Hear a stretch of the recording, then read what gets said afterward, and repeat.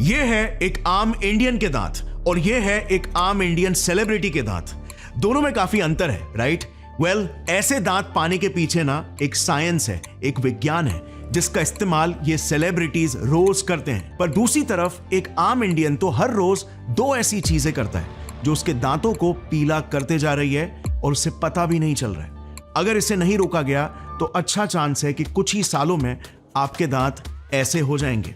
But don't worry friends, आज के इस वीडियो में ना मैं आपको कुछ ऐसे सॉल्यूशंस बताऊंगा जिससे आप एटलीस्ट 2 से 3 शेड्स या फिर ऑन एन एवरेज 4 से 5 शेड्स या फिर मैक्स 10 शेड्स तक अपने दांतों को व्हाइट कर पाओगे। And no, I am not even kidding. अब एक चीज आपको बताता हूं फ्रेंड्स, आप लिटरली शॉक हो जाओगे। इसे देखना, यह है करीब 8000 साल पुराना एक इंसानी स्कल। इनके दांतों की बनावट आप देख सकते हो। क्लियरली इनके दांत सफेद और बहुत ही स्ट्रांग दिखाई दे रहे हैं 8000 साल गुजरने के बाद भी। लेकिन उसी के बाजू में यह है एक 15वीं सदी यानी कि बस 500 साल पहले की ही एक ह्यूमन स्कल। यहां पर आप लिटरली देख सकते हो इसके दांतों की क्या हालत हो गई है। और यह कोई इकलौता अनोखा एग्जाम्पल नहीं है, बल्कि मिडिवल एज में बहुत से स्केलेटन्स में सेम ही पैटर्न देखा गया है। कितना वियर्ड है, राइट? बढ़ते आधुनिकता और टेक्नोलॉजी के साथ हमारे दांत उल्टा पीले और कमजोर होते चले जा रहे हैं। सो आखिर ये हो क्या रहा है? वेल, आगे ना कुछ बहुत ही इंटरेस्टिंग खुलासे होने वाले हैं जो बहुत ही कम लोग जानते हैं। बट उससे पहले तो क्या आपको यह पता है कि आज बहुत से लोग तो जिन टूथपेस्ट का ही इस्तेमाल करते हैं अपने दांतों को चमकाने के लिए, वही टूथपेस्ट उनके दांतों को खराब कर रहे हैं। और ये मैं नहीं, डेंटिस्ट कह रहे हैं। और साथ ही में आज के सोशल मीडिया की दुनिया में तो अच्छे दांत होना सबसे डिजायरेबल कॉस्मेटिक फीचर हो गया। इसके बकायदा मेजरेबल मॉनेटरी और सोशल फायदे हैं। और इसीलिए तो आज मार्केट में आपको कई सारे ऐसे टूथपेस्ट के ब्रांड्स मिल जाएंगे जो दावा करते हैं कि आपके दांत 2 से 3 दिनों में ही व्हाइट कर देंगे। जैसे कि ये व्हाइटन टीथ इन ओनली 3 डेज, बस सिर्फ 3 दिनों में शाइनी व्हाइट दांत। तो कितने तो आपको क्रिएटिव प्रोडक्ट्स मिल जाएंगे, जैसे कि ये व्हाइटनिंग किट जो कि इन फैंसी ब्लू एलईडीज के साथ ऐसा क्लेम करता है कि आपके दांतों को बस सिर्फ 7 दिन के अंदर सफेद कर देगा। या फिर ये व्हाइटनिंग पेन्स जो तो इंस्टेंटली टीथ व्हाइट करने का दावा करते हैं। क्या ये सारे के सारे दावे सच भी है या सिर्फ और सिर्फ मार्केटिंग गिमिक्स है? क्योंकि दूसरी तरफ बहुत से डेंटिस्ट तो ये भी क्लेम करते हैं कि हमें तो टूथपेस्ट की भी जरूरत नहीं है, हम सिर्फ पानी और ब्रश से ही अपने मुंह को जर्म फ्री और क्लीन रख सकते हैं। तो सही कौन है और आखिर गलत कौन?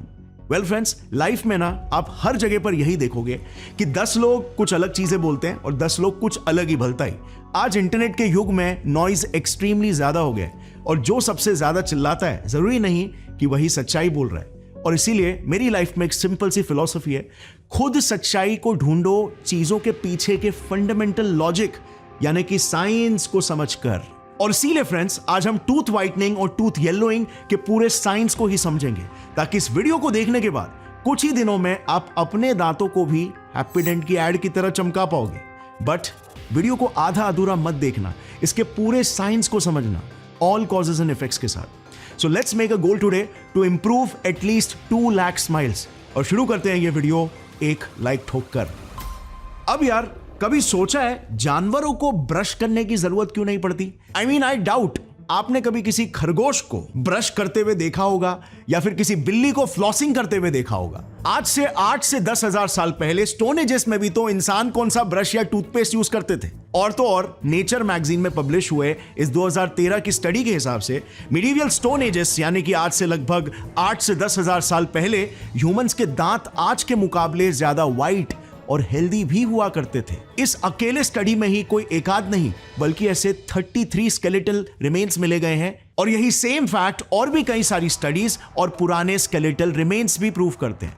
और हमने कंपैरिजन में भी तो देख लिया, 8000 साल पुराना स्कल वर्सेस 15th सेंचुरी यानी कि बस 500 साल पहले का ह्यूमन स्कल। तो ये आखिर हो क्या रहा है भाई? आज के तारीख में हम इंसान कहां पर भटक गए? आज तो मॉडर्न एज में उल्टा ओरल हाइजीन, टूथ केयर, गम केयर, सेंसिटिविटी, कैविटीज जैसी चीजों को लेकर तो लोग ऑब्सेस्ड हैं। और दूसरी तरफ हमारे एंसेस्टर्स तो लिटरली असभ्य जंगली शिकारी थे, केवमैन्स थे। अच्छा, इसका जवाब देने से पहले ना थोड़ा सा अपना दिमाग लगाओ। Let's pause for a moment. आप अपने बचपन के पिक्चर्स को याद करने की कोशिश करो। जब आप लेट्स से 1 या 2 साल के थे तो आपके दांत कौन से रंग के थे? कोई भी यंग बच्चा 1 या 2 साल का जिसका दांत आना बस शुरू ही हुआ है, उसके दांत कौन से रंग के निकलते हैं? Well, shiny white colour, right? यानी कि व्हाइट टीथ हमारा नेचुरल स्टेट है, ये प्रकृति का तोहफा है हम इंसानों को। सो मतलब साफ है, कहीं ना कहीं आज के डेली लाइफ में ही कुछ तो और कहीं तो गड़बड़ी हो रही है, जिसके वजह से हमारे दांत पीले होते चले जा रहे हैं। मानव इतिहास में 2 बड़े बदलावों की वजह से आज तक इंसानों के दांत पीले और कमजोर होते जा रहे हैं। सो आज से 10,000 साल पहले जैसे ही इंसानों ने खेती बाड़ी करना शुरू किया, वैसे ही हमारे मुंह, दांतों और जबड़ों में कुछ मेजर बदलाव आने लगे। खेती बाड़ी करने से पहले हम इंसान कुछ 2 मिलियन सालों तक हंटर गैदरर्स हुआ करते थे, जैसे आपको पता होगा। यानी कि हम खाने और शिकार की तलाश में सालों साल भटकते रहते थे। बट जैसे ही हमने खेती बाड़ी करना शुरू किया, तो हम एक ही जगह पर फाइनली सेटल होने लगे।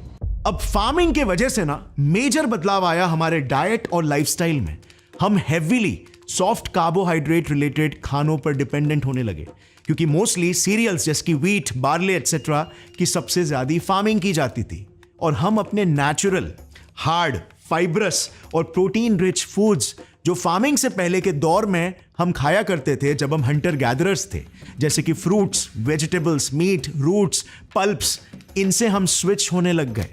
इस नए सॉफ्ट कार्बोहाइड्रेट रिच डाइट ने हमारे मुंह के बैक्टीरियल एनवायरनमेंट को हमेशा के लिए बदल के रख दिया, और साथ में ही हमारे जबड़ों तक का भी शेप बदलने लग गए। I'll explain this in just a while, but दूसरा बड़ा बदलाव आया 19वीं सदी में, जब इंडस्ट्रियल रेवोल्यूशन हुआ, जब मैदा और रिफाइंड शुगर घर घरों में मिलने लगा और इनसे बनी चीजें एक्सट्रीमली कॉमन हो गई। सो ऑल इन ऑल, अगर पूरे इंसानी इतिहास में देखा जाए ना, तो सॉफ्ट कार्बोहाइड्रेट्स और शुगर्स सबसे बड़े थ्रेट्स रहे दांतों को पीले करने के पीछे। सो हमारे मुंह में हमारे गट यानी कि इंटेस्टाइन्स के बाद सबसे ज्यादा बैक्टीरिया मौजूद होते हैं। एट एनी गिवन टाइम हमारे मुंह में 700 से भी ज्यादा बैक्टीरियाज मौजूद होते हैं, और इनमें से कुछ बैक्टीरिया एक हेल्दी एनवायरनमेंट क्रिएट करते हैं, तो कुछ बैक्टीरिया दांत को पीला करने वाला और सड़ाने वाला एनवायरनमेंट क्रिएट करते हैं। ये सारे बैक्टीरिया हमारे दांतों के ऊपर के लेयर्स में चिपके होते हैं। जरा अपने दांतों को हल्का सा खुतूर के देखना, अच्छा चांस है कि आपके नाखूनों में कुछ व्हाइट सा या ऑफ व्हाइट सा सॉफ्ट स्टिकी चीज निकलेगा। ये बेसिकली होते हैं बायोफिल्म्स, जो कि इन्हीं बैक्टीरिया की कॉलोनी होती है। देखो, प्रकृति में ना most of the micro organisms ऐसे ही बायोफिल्म्स में ही सर्वाइव करते हैं। जैसे अगर आपने कभी तालाबों में भी देखा होगा या झरनों में स्टिकी स्टिकी सी काई जमी हुई मिल जाती है, ये काई भी तो फंगस और एल्गे का एक बायोफिल्म ही तो है।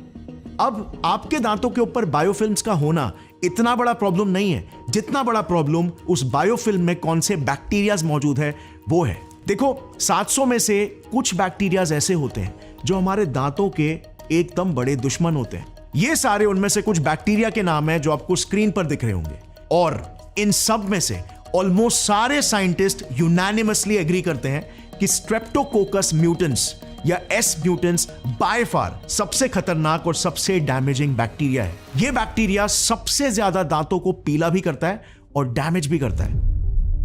सो अब आता है यहां पे अगला सवाल, हमारे दांत आखिर पीले ही कैसे होते हैं? वेल, हमारे दांतों का ना सबसे बाहरी लेयर होता है जिसे कहते हैं एनामल, जो कि शाइनी व्हाइट कलर और ट्रांसलूसेंट होता है। और एनामल एक ऐसा लेयर होता है जो कि एक बार पूरी तरीके से इरोड हो गया तो उसे हमारा बॉडी स्किन या हेयर की तरह दोबारा से रीग्रो नहीं कर सकता।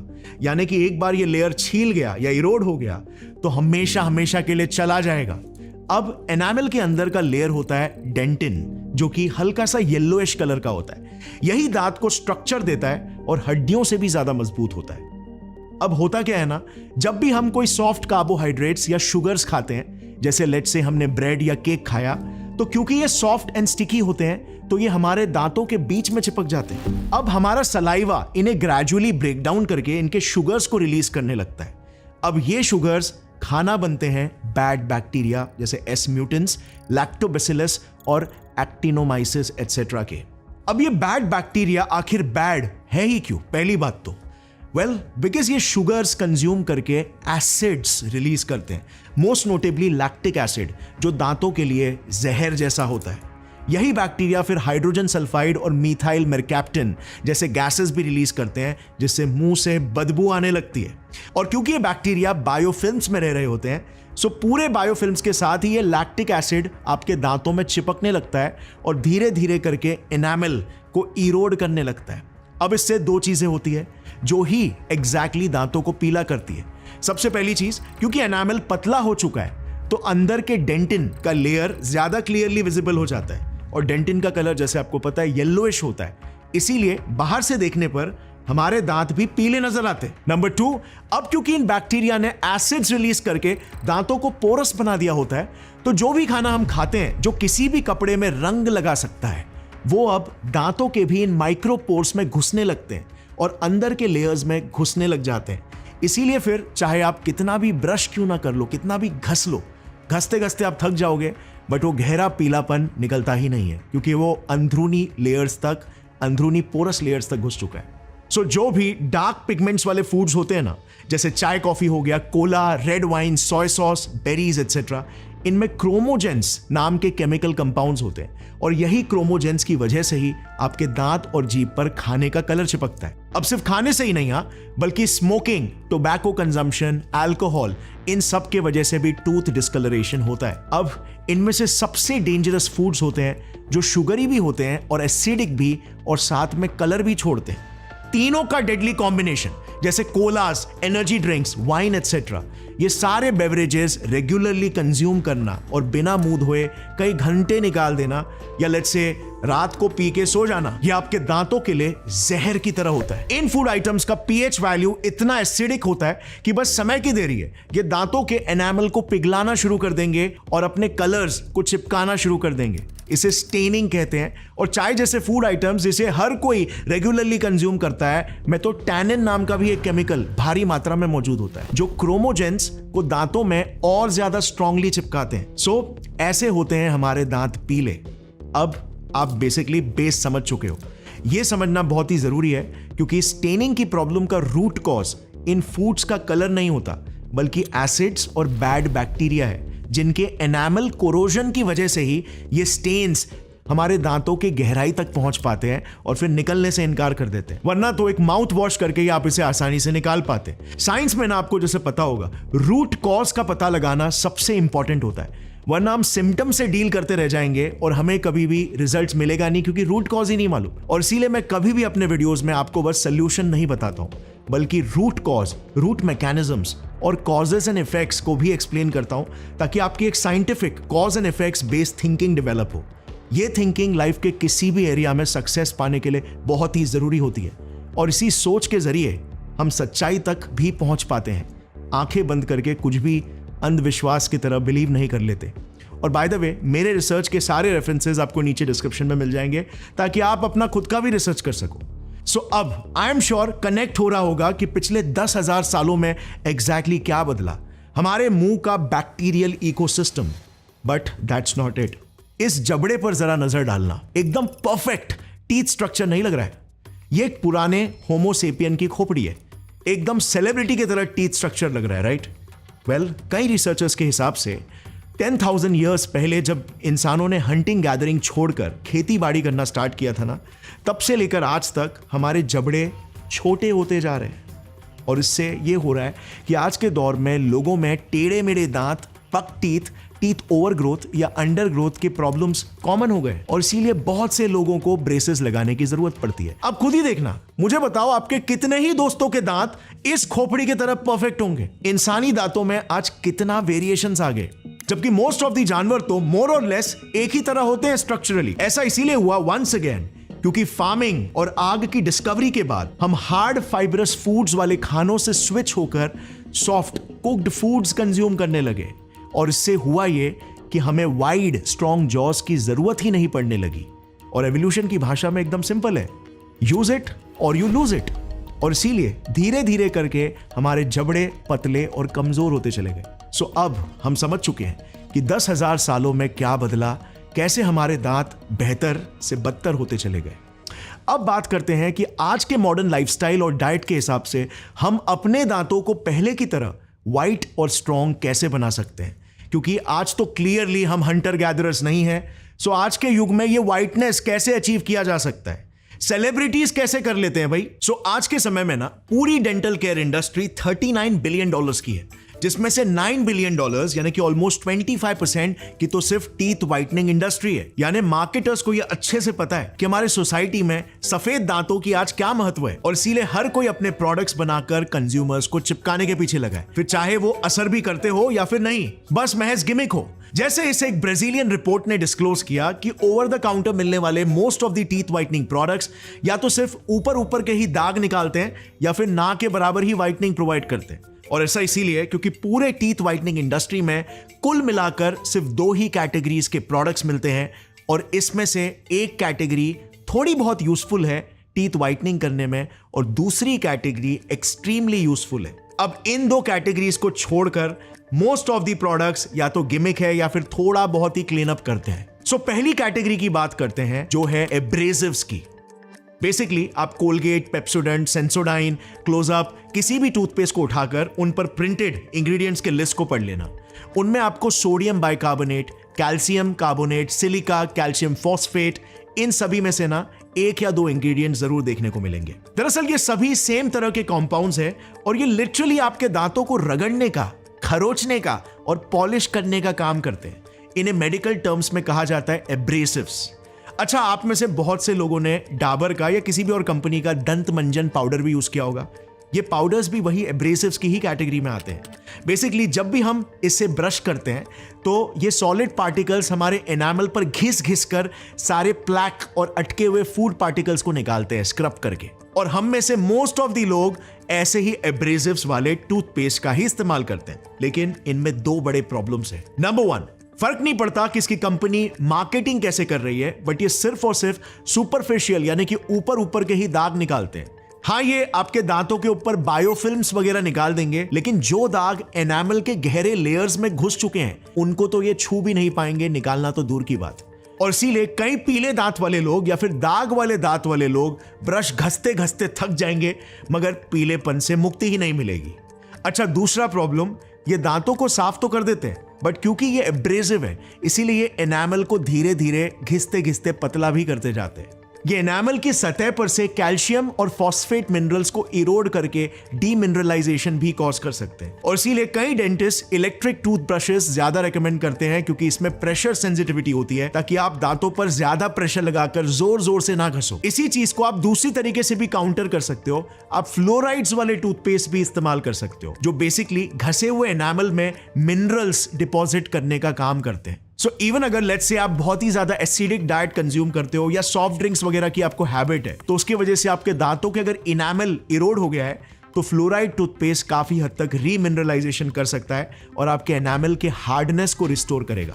बट इसके बाद भी जैसे कि हमने देखा, ये टूथपेस्ट दांतों में गहरे घुसे हुए स्टेन्स को तो दांतों से नहीं ही निकाल पाते, और इसीलिए इससे कई ज्यादा इफेक्टिव है ये second category of teeth whiteners, bleaching chemicals. Bleaching treatments अब तक का by far most effective treatment रहा है टीथ व्हाइटनिंग के लिए, और इनमें भी हाइड्रोजन पेरोक्साइड और कार्बामाइड पेरोक्साइड, ये 2 ब्लीचिंग एजेंट्स सबसे ज्यादा इफेक्टिव है।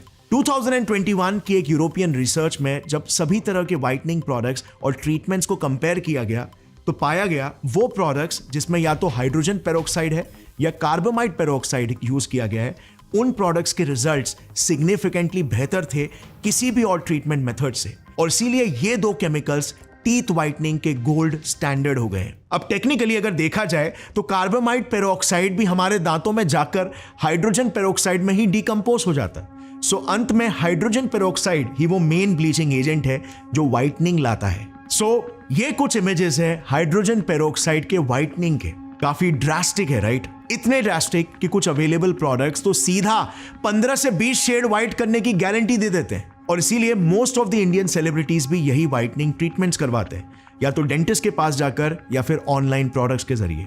सो आखिर ये हाइड्रोजन पेरोक्साइड इतने पावरफुल तरीके से टीथ व्हाइटनिंग कैसे कर लेता है? वेल, जैसे कि हमने जाना था कि दांत पीले या डार्क होते ही इसीलिए है क्योंकि इनमें पिगमेंट वाले केमिकल्स क्रोमोजेंस चिपक जाते हैं और दांतों के डीप लेयर्स तक घुस जाते हैं। But that's not all. ये क्रोमोजन के मॉलिक्यूल्स जब साथ आके क्लम्प्स बना लेते हैं, तब जाके ये क्लम्प्स दांतों पर एक विजिबल स्टेन या दाग के रूप में नजर आने लगते हैं, और यही होता है बेसिकली आपके दांतों का पीलापन। अब हाइड्रोजन पेरोक्साइड एक ऑक्सीडाइजिंग एजेंट है, मतलब ये एक्स्ट्रा ऑक्सीजन रिलीज करता है जो काफी रिएक्टिव होता है, और इसीलिए ये ऑक्सीजन हमारे दांतों में घुसकर इन क्रोमोजेंस के क्लम्प्स को छोटे छोटे माइक्रोस्कोपिक टुकड़ों में तोड़ देता है, जिस वजह से डिसइंटीग्रेट होने की वजह से ये क्रोमोजेन के स्टेन्स हमें नजर आना बंद कर देते हैं। ये रिएक्शन एक सिंपल सा केमिकल रिएक्शन होता है जो आप कॉमनली अपने लाइफ में भी देखते हो। जैसे अगर आपको अपनी व्हाइट शर्ट की चमक को वापस से लौटाना है तो आप उसे ब्लीच में डालते हो, या फिर कभी आपके फेवरेट शर्ट या ड्रेस पर गलती से ब्लीच गिर गया हो तो वो दर्द आप समझ सकते हो। वो अपना कलर गवा देती है क्योंकि यही सेम ब्लीचिंग मैकेनिज्म उन कपड़ों के पिगमेंट्स को भी ऑक्सीडाइज कर देता है। अब यहां पर गौर करने वाली बात यह है कि ऑलमोस्ट सारे के सारे ब्लीचेस में ना मेन एक्टिव एलिमेंट जो रूट लेवल पर काम करता है ऑक्सीजन ही होता है। आपने नोटिस किया होगा जैसे ही आप ब्लीचिंग पाउडर को पानी में डालते हो तो फ्स करके झाग निकलने लगता है। ये वही ऑक्सीजन है जो रिलीज हो रहा है, जो दाग निकालता है। अब चाहे कपड़े के ब्लीचेस हो, उनमें या तो ऑक्सीजन ब्लीच यूज होता है या फिर क्लोरीन ब्लीच, जो भी एंड में जाकर ऑक्सीजन ही रिलीज करके व्हाइटनिंग क्रिएट करेगा। सेम टीथ ब्लीचिंग के लिए भी है, चाहे हाइड्रोजन पेरोक्साइड या कार्बोमाइड पेरोक्साइड, रूट लेवल पर ऑक्सीजन ही वो व्हाइटनिंग इफेक्ट एक्चुअली में क्रिएट करेगा। सो अब आप ये तो समझ गए हो कि टीथ व्हाइटनिंग इंडस्ट्री का गोल्ड स्टैंडर्ड क्या है। अब अगला सवाल, ये कैसे यूज किया जाता है और क्या इसके कोई साइड इफेक्ट्स या हेल्थ रिस्क तो नहीं है? So well, it totally depends on आपका गोल क्या है। मैं आपको स्लाइट टीथ व्हाइटनिंग यानी कि 2 से 3 शेड से लेकर मॉडरेट टीथ व्हाइटनिंग यानी कि 5 से 6 शेड और एक्सट्रीम टीथ व्हाइटनिंग यानी कि 8 से 10 शेड, तीनों के ऑप्शंस एक्सप्लेन कर दूंगा उनके प्रोज एंड कॉन्स के साथ, और फिर आपकी मर्जी, आप इस पर खुद और रिसर्च करके अपना फाइनल डिसीजन ले सकते हो। सो चलो बात करते हैं कि अगर आपको अपने दांतों को 2 से 3 शेड अगर व्हाइट करना हो तो क्या ऑप्शंस अवेलेबल है। अच्छा, अब एक बहुत ही बड़ा नोट। हाँ, सबसे पहले तो आपको टीथ येलोइंग वाले जो हैबिट्स है ना, उसको ही कंट्रोल में लाना होगा। जैसे हमने पहले जाना था, highly acidic, soft sugary, chewy sugary और स्टिकी शुगरी चीजों को खाना लिमिट करो, और अगर खा भी लिया तो उसके बाद हमेशा मुंह धोने की एक आदत बनाओ, स्पेशली रात के सोने से पहले अगर मीठा खा लिया हो तो, वरना वो दांत के लिए जहर बन जाएगा और टीथ येलोइंग तो कॉज करेगा ही, बट दांत को जो डैमेज करेगा वो अलग। तो ये सारे बेस्ट प्रैक्टिसेस जिनके बारे में हमने पहले बात किया, वो तो फर्स्ट स्टेप होगा। वरना एक तरफ आप दांत को सफेद करने जा रहे हो ट्रीटमेंट्स करवा के, और दूसरी तरफ से वापस से पीले कर रहे हो। अब 2 से 3 शेड्स दांतों को अगर व्हाइट करना है ना, तो उसके लिए आपको एक कंपैरेटिवली सेफर और वीकर ब्लीचिंग एजेंट की जरूरत होगी, क्योंकि ब्लीच या किसी भी तरह का ऑक्सीडाइजिंग एजेंट हमारे बॉडी के सॉफ्ट टिश्यूज के लिए हार्मफुल होता ही है। अगर ये ज्यादा मात्रा में हमारे गम्स या टंग के कांटेक्ट में आ जाए तो ये इन्फ्लेमेशन, सेंसिटिविटी, ब्लीडिंग से लेकर वर्स्ट केस सिनेरियोज में अल्सर्स भी कॉज कर सकते हैं। यही वजह है कि कमर्शियल टूथपेस्ट में पेरोक्साइड्स की मात्रा पर रोक लगाया जाता है, बट ये कंट्री टू कंट्री भी डिपेंड करता है। जैसे यूरोपियन यूनियन के लॉ के अनुसार टूथपेस्ट में हाइड्रोजन पेरोक्साइड की मात्रा 0.1% से ज्यादा नहीं हो सकती। यही वैल्यू फिर 3.5% है यूएसए में, और इंडिया में तो व्हाइटनिंग टूथपेस्ट में पेरोक्साइड्स का इस्तेमाल करना ही बैंड है, और इसीलिए आपको पेरोक्साइड्स वाले टूथपेस्ट इंडिया में मिलेंगे नहीं। बट डोंट वरी, इंडिया में एक बेटर ऑल्टरनेटिव अवेलेबल है, पोटेशियम पेरोक्सी मोनोसल्फेट या सिंपली मोनोपर सल्फेट और MPS, जो अगेन एक ब्लीचिंग एजेंट है। But good news is, American journal of dentistry के 2023 के ही रिसर्च के अनुसार 1% potassium monopersulphate safe and viable option है टीथ व्हाइटनिंग के लिए। और भी कई सारी स्टडीज है जो सिमिलर चीज प्रूव करती है, और इंडिया में ये टोटली अवेलेबल भी है। जैसे ये toothpaste Colgate visible white oxygenated whitening, अब मैंने इसे पर्सनली भी ट्राई किया है, कुछ 4-5 दिन पहले ही मैंने खरीदा था, एंड यस, इससे आप एटलीस्ट 2 से 3 शेड्स तो एक्सपेक्ट कर ही सकते हो, या उससे थोड़ा बहुत ज्यादा भी, और मुझे ये परफेक्टली सेफ भी लगा। अब अगर आपको भी इसे ट्राई करना है तो एक 100 रुपए के छोटे पैक का लिंक मैं नीचे डिस्क्रिप्शन में डाल दूंगा। I am personally happy with the product, और साइंस बैक्ड भी है, so it's a win win. अब अगर लेट्स से आपको इससे और भी ज्यादा 5 शेड्स तक टीथ व्हाइटनिंग करवानी है तो रिस्क थोड़ा सा बढ़ जाएगा, बट रिजल्ट्स भी। देखो, ऐसा नहीं है कि आप मुंह से खून की उल्टियां करने लगोगे, बट अगर आपके दांत वीक या सेंसिटिव है और आपको एक्स्ट्रा सेफ रहना है तो आप एक बार डेंटिस्ट से कंसल्ट कर सकते हो। इस कैटेगरी में आएंगे ऑनलाइन प्रोडक्ट्स जैसे व्हाइटनिंग स्ट्रिप्स या जेल्स, जिनमें अराउंड 3 से 10% हाइड्रोजन पेरोक्साइड होता है, या फिर दूसरे और प्रोडक्ट्स जो कि 10% से 20% कार्बोमाइड पेरोक्साइड यूज करते हैं। बेसिकली 10% कार्बोमाइड पेरोक्साइड अंत में जाकर कुछ 3.5 से 4% हाइड्रोजन पेरोक्साइड में ही कन्वर्ट होने वाला है। अब यहां पर यह प्रोडक्ट जो मैंने देखा स्ट्रिप बेस्ड है, जो वैसे तो 20 शेड्स व्हाइटनिंग प्रॉमिस कर रहा है, बट पेरोक्साइड बेस्ड सोल्यूशन से आप एटलीस्ट 5 शेड्स तो एक्सपेक्ट कर ही सकते हो। इस किट में कुछ 14 व्हाइटनिंग स्ट्रिप्स है, जिनमें यूजुअली ब्लीचिंग एजेंट्स ही होते हैं, और एक एलईडी लाइट है जो इन ब्लीचिंग एजेंट्स के पेनिट्रेशन को और स्ट्रॉन्ग बनाता है। वो बात अलग है कि लेटेस्ट रिसर्चर्स बताते हैं कि इन लाइट्स का ज्यादा कुछ असर नहीं होता है, बट ये स्ट्रिप्स डेफिनेटली रिजल्ट दिखाने के केपेबल है। सो अगर आप थोड़ा सा सीरियस व्हाइटनिंग कंसिडर कर रहे हो, सो ये प्रोडक्ट और व्हाइटनिंग टूथपेस्ट का कॉम्बो बहुत ही पावरफुल कॉम्बिनेशन हो सकता है, और एटलीस्ट 5+ शेड्स का व्हाइटनिंग तो दे ही देगा। इस प्रोडक्ट पर रिसर्च करना हो तो इसका भी Amazon लिंक मैं नीचे डिस्क्रिप्शन में डाल दूंगा। अब बात करते हैं फ्रेंड्स फाइनल और सबसे पावरफुल मेथड जो आपको एक ही सिटिंग में इंस्टेंट व्हाइटनिंग दिला सकता है। वो है एक डेंटिस्ट के पास जाकर टीथ ब्लीचिंग कराना। देखो ये इतना पावरफुल क्यों है, क्योंकि डेंटिस्ट 40% हाइड्रोजन पेरोक्साइड तक के जेल्स को यूज करते हैं और पेनिट्रेशन के लिए यूवी लाइट्स यूज करते हैं, जो कि आप घरों में ट्राई भी नहीं कर सकते। प्लस वो सेफ्टी और इफेक्टिवनेस दोनों का ख्याल रखते हैं, जिस वजह से इंस्टेंट व्हाइटनिंग मिलती है। डेंटिस्ट के क्लिनिक में जाकर ये प्रोसीजर करवाने से आप इजीली 8 से 10 शेड्स तक भी व्हाइटनिंग एक्सपेक्ट कर सकते हो, सिंगल या मल्टीपल सिटिंग्स के बाद। अब फाइनली फ्रेंड्स, कुछ बहुत ही कम लोगों के दांतों का कलर परमानेंटली पीला ही रहता है, या फिर परमानेंट डार्क ब्राउन कलर के धब्बे। अब ये बहुत ही रेयरली होता है, और कई केसेस में जेनेटिक भी होता है। किसी बीमारी की वजह से भी कभी कभार हो जाता है, या फिर कभी कभार ट्रॉमा या चोट लगने की वजह से भी, किसी दांत के डीपर लेयर्स जिसकी डेंटिन के ब्लड वेसल्स बर्स्ट होने की वजह से भी होता है।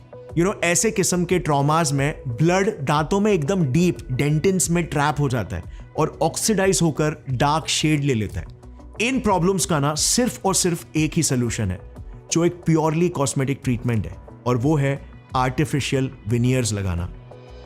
एक बार आपने ये ट्रीटमेंट करवा लिया ना, तो आपको 10 से 15 सालों तक येलो दांत की चिंता ही नहीं करनी होगी, क्योंकि ये विनियर्स आपके ओरिजिनल दांतों के ऊपर पोर्सिलेन या कंपोजिट मटेरियल के कवर या कैप की तरह होते हैं। ये एक तरह से फेक नेल्स लगाने के जैसा ही कॉन्सेप्ट है। So guys, now let me ask you, teeth whitening और येलोइंग को लेकर आपका कॉन्सेप्ट क्लियर हुआ ना? देखो, सबसे इंपॉर्टेंट है चीजों के रूट्स और फंडामेंटल्स की अंडरस्टैंडिंग डेवलप करना, और बाकी का दुनिया भर का रिसर्च आप खुद ही कर लोगे, क्योंकि आपके पास सही डायरेक्शन होगा। इस वीडियो के रिसर्च में सबसे माइंड ब्लोइंग चीज मुझे पर्सनली ये लगी कि कैसे आज से 10,000 साल पहले के हमारे जंगली पूर्वजों के दांत हमसे ज्यादा वाइट और स्ट्रक्चर्ड थे। ये इस चीज को भी दर्शाता है कि कैसे एक बहुत ही सिंपल सा बदलाव, बिहेवियरल बदलाव, फार्मिंग के इन्वेंशन ने कुछ अनवांटेड सेकेंड डिग्री और थर्ड डिग्री चेंजेस भी क्रिएट किए। और लाइफ में भी ऐसा ही तो होता है, कोई भी एक्शन लेने से पहले हमारी नजरें तो सिर्फ फर्स्ट डिग्री चेंज पर ही जाती है।